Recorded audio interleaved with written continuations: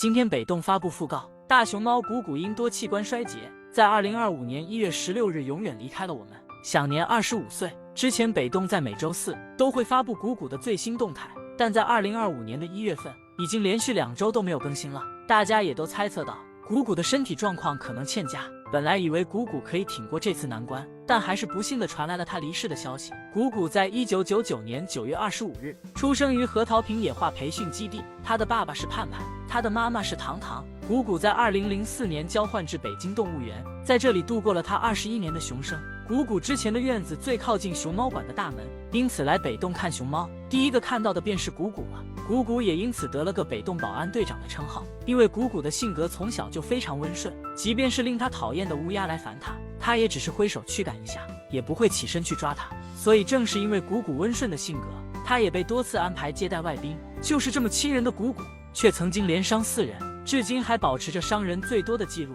还被冠上了最凶残大熊猫的恶名。但这件事谷谷实属委屈，因为每次都是游客违反园区规定翻进谷谷的院子里造成的。但即便是谷谷感受到自己的领地受到了侵犯，每次也都没下死手，基本上只伤到他们的腿部。要知道以大熊猫的战斗力，他们能活着出去就已经是谷谷手下留情了。而谷谷每次都会因为陌生人入侵领地出现严重的应激情况，严重时甚至几天都不吃不喝。谷谷的一生也没留下后代，曾经他和英华谈过一次恋爱，但最终也没能开花结果。希望谷谷一路走好，他也会永远的活在爱他的人的心里。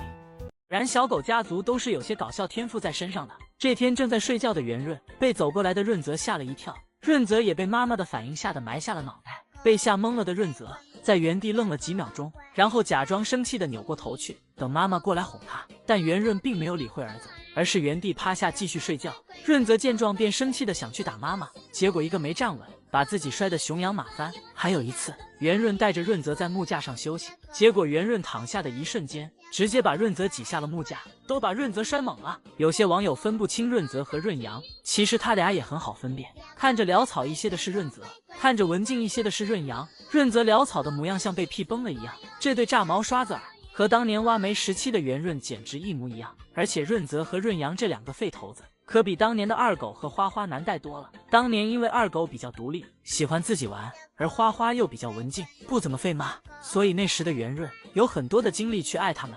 而如今的润泽和润阳经常的费妈，以至于圆润又开始变得潦草了，丝毫没有带娃前的白富美形象了。看来这娃还真的是谁带谁崩溃。2个小家伙像是长在妈妈身上的挂件，圆润走一步，他俩就跟一步，甚至还会前后夹击围攻妈妈。2个废头子打妈妈也是常有的事儿，咬着圆润的头套不撒嘴，圆润的脸都快被儿子咬变形了也没动手。看到这一幕，都快把网友们心疼坏了，纷纷喊话让圆润教育一下这个废头子。但圆润的母爱从来都不用怀疑，即便是带2个孩子很疲累，哪怕自己喂奶时累到躺在地上，她也都没推开怀里的儿子。只是这样的小狗女士，让人看了多少有些心疼。打扫卫生的临时工，到如今家喻户晓的野培专家，穆世杰和大熊猫的情缘到底能有多传奇？只是一次偶然的机会，穆世杰见到了误闯村庄的大熊猫，他瞬间被眼前憨态可掬的黑白团子吸引了。后来他便放弃了外出打拼的机会，在09年到核桃坪基地应聘，成为了园区里的一名清洁工，主要工作内容就是清理大熊猫吃剩的残竹以及粪便。就是这样的一份工作，穆世杰风雨无阻，一干就是9年的时间。2008年汶川突发8级地震，卧龙受灾严重，笼舍坍塌，大熊猫四处逃窜。曾经山清水秀的卧龙可以说是面目全非，一片狼藉。因为这9年的工作，让穆世杰对大熊猫的感情更加的无法割舍。即便他不是饲养员，他也仍然奔走在救援的一线。余震过后的进山搜救工作也非常的艰难。穆世杰凭借自己对大山的了解，和同事们一起上山寻找逃散的大熊猫。那一天下了1天的雨，我们挺饿的，我记得没有带什么多的这个吃的，多数背的是熊猫吃的，像这个竹笋啊、胡萝卜啊。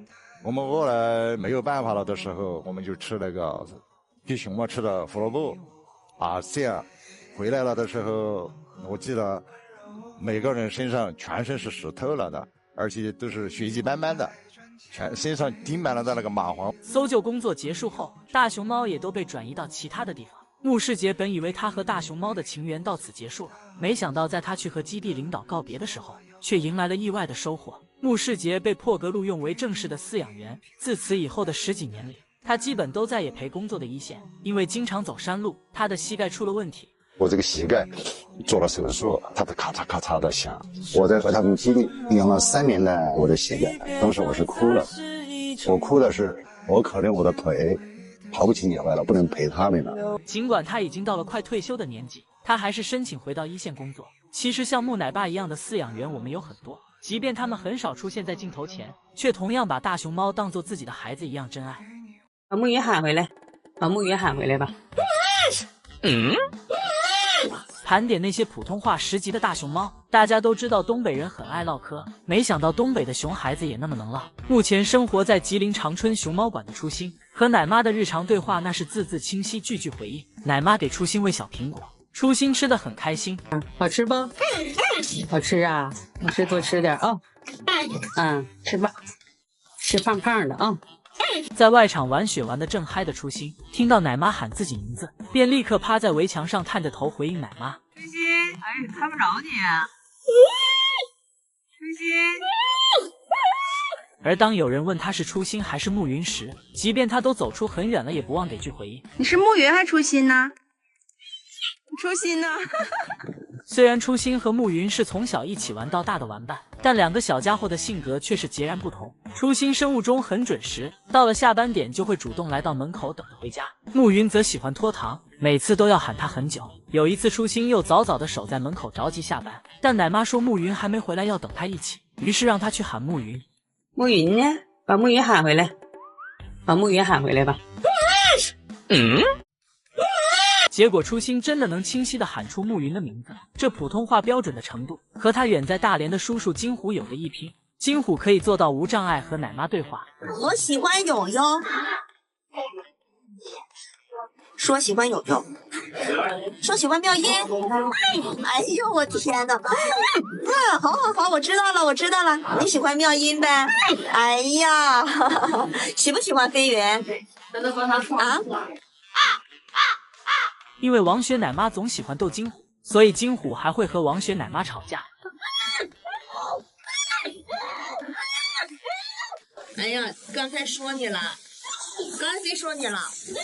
果然金虎不会让任何一句话掉在地上，他都能接得住。怪不得有传闻说，当年计划让金虎参演一部电视剧来饰演飞云的老公，结果在对戏的时候，演员说一句台词，金虎就嗯一声，而且他还不挑人，哪个演员说话他都嗯，把导演都嗯无语了。最后只好让妙音女扮男装顶替他。而他的好外甥萌兰从小也是个嘴炮，一群小熊都在等吃的，就他叫的最欢了。回来了，你穿咋了？据说因为他话实在太多，小伙伴们嫌他太吵，还曾把他推进沟里。萌兰也可以和发姑奶爸无障碍交流。都10多斤啊！也晓得你60多斤了。来，胖儿，胖儿，胖儿，宝贝儿。大家还知道哪些语言天赋异禀的大熊猫呢？